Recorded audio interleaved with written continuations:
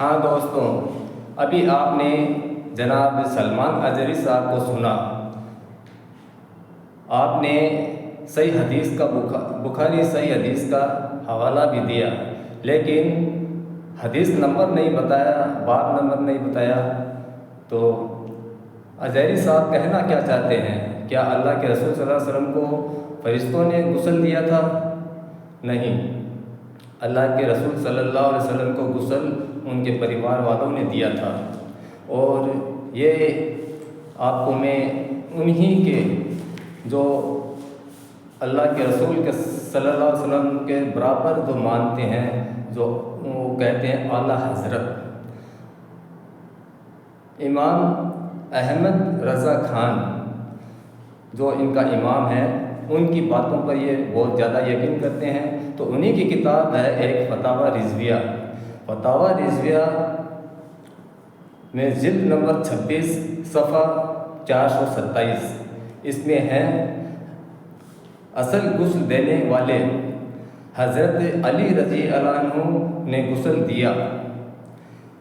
غسل میں مدد کرنے والے میں سے حضرت عباس رضی اللہ عنہ، حضرت فیض بن عباس رضی اللہ عنہ، حضرت کاظم رضی اللہ عنہ، حضرت اسامہ بن زید اور حضرت شکران رضی اللہ عنہ موجود تھے۔ یہ ہے فتاوی رضویہ، جو اعلیٰ حضرت کے کتاب ہے، اس میں یہ درج ہے۔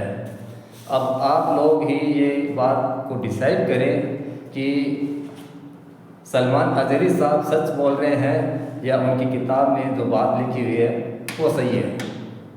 لیکن میں تو حضرت امام احمد خان رضا کی بات پر یقین کرتا ہوں، کیونکہ ان کی کتاب میں جو بات لکھی ہے، جو جنہوں نے غسل دیا ہے ان کا نام دیا ہے، وہ حدیث اور اللہ کے رسول صلی اللہ علیہ وسلم کی سیرت میں ملتا ہے، اس لیے میں ان کی بات کو زیادہ ترجیح دیتا ہوں۔ تو اب میں اللہ کے رسول صلی اللہ علیہ وسلم کی سیرت کی کتاب ہے، اس میں سے بتاتا ہوں۔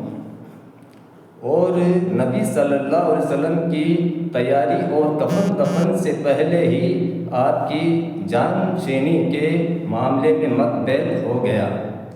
صفیفہ بن سعیدہ و مہاجر اور انصار کے بیچ وواد چھڑ گیا، تیز تیز باتیں ہونے لگی، سوال و جواب ہوا، اور آخر میں حضرت ابو بکر رضی اللہ عنہ کی خلافت پر سب سہمت ہو گئے۔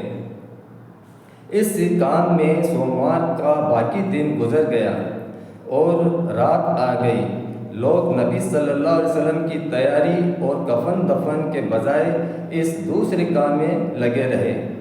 پھر رات گزری اور منگل کی صبح ہوئی۔ اس وقت تک آپ کا مبارک جسم ایک دھاردار یمنی چادر سے ڈھکا بستر پر ہی رہا۔ گھر کے لوگوں نے باہر سے دروازہ بند کر دیا تھا۔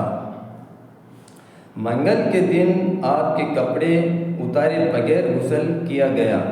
غسل دینے والے لوگ تھے حضرت عباس، حضرت علی، حضرت عباس کے دو بیٹے فضل اور قاسم، اللہ کے رسول صلی اللہ علیہ وسلم کے آزاد کیے ہوئے غلام شکران، حضرت اسامہ بن زید اور اوس بن خولی رضی اللہ عنہ۔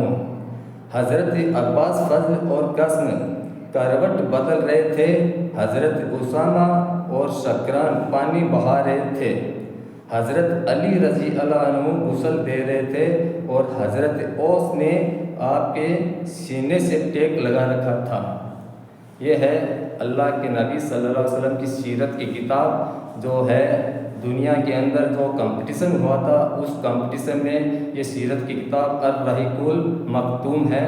یہ ورلڈ لیول پہ 1 نمبر پہ آئی تھی، اس کتاب کے حوالے سے ہے۔ اور ایک حدیث ہے سنن ابو داؤد، حدیث نمبر 3141، اس میں بھی جو فتاوی رضویہ میں جو بات کہی گئی ہے وہی سیم بات اسی میں ہے۔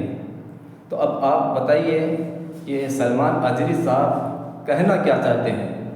میرا مطلب یہ ہے، یا تو سلمان اجری صاحب جھوٹ بول رہے ہیں کہ اللہ کے رسول صلی اللہ علیہ وسلم کو غسل دے دیا گیا تھا، جھپکی آئی، صحابہ کو جھپکی آئی اور جیسے جھپکی سے واپس ہوش آیا تو غسل ہو گیا تھا۔ یہ ایک بہت بڑی جھوٹ حدیث بیان کر رہے ہیں جو ان کو نہیں کرنی چاہیے۔ ہم اجری صاحب سے نویدن کرتے ہیں، یہ درخواست کرتے ہیں کہ آپ جب بھی بیان کرتے ہیں، آپ بیان بہت اچھا کرتے ہیں، بہت آپ کی میٹھی آواز بھی ہے، آپ کی شکل صورت بہت خوبصورت ہے، لیکن آپ کی خوبصورتی، آپ کی یہ میٹھی آواز کے ذریعے آپ لوگوں کو کم سے کم گمراہ مت کیجیے، صحیح حق و بات کو آپ کہیے۔